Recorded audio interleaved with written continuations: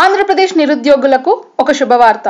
వచ్చే ఏడాది కల్లా ఆంధ్రప్రదేశ్లో 1,00,000 మందికి ఐటీలో ఉద్యోగాలు ఇప్పిస్తామని ఐటీ పంచాయతీరాజ్ శాఖల మంత్రి నారా లోకేష్ అన్నారు. హెచ్సిఎల్ టెక్నాలజీస్ సంస్థ ఏపీలో ఐటీ సర్వీసులు ప్రారంభించేందుకు ఎంఓయూ కుదుర్చుకున్న సందర్భంగా బుధవారం విజయవాడలో ఏర్పాటు చేసిన కార్యక్రమంలో ఆయన మాట్లాడారు. రాష్ట్ర అభివృద్ధిలో భాగంగా నిద్రలేని రాత్రులు గడుపుతున్నానని, 100 రోజుల కార్యాచరణ ప్రణాళికలో భాగంగా 31 రోజులు పూర్తయ్యాయని అన్నారు. రాష్ట్రానికి నమ్మకమైన ముఖ్యమంత్రి దొరికారని, అంతకంటే మించి మార్కెటింగ్ నైపుణ్యం ఉన్న వ్యక్తి అని నారా లోకేష్ చంద్రబాబుని ఉద్దేశించి అన్నారు. మ్యానుఫ్యాక్చరింగ్ రంగంలో 5 లక్షల ఉద్యోగాలు, ఐటీ రంగంలో 1,00,000 ఉద్యోగాలు వచ్చేలా కృషి చేస్తున్నామని ఆయన పేర్కొన్నారు.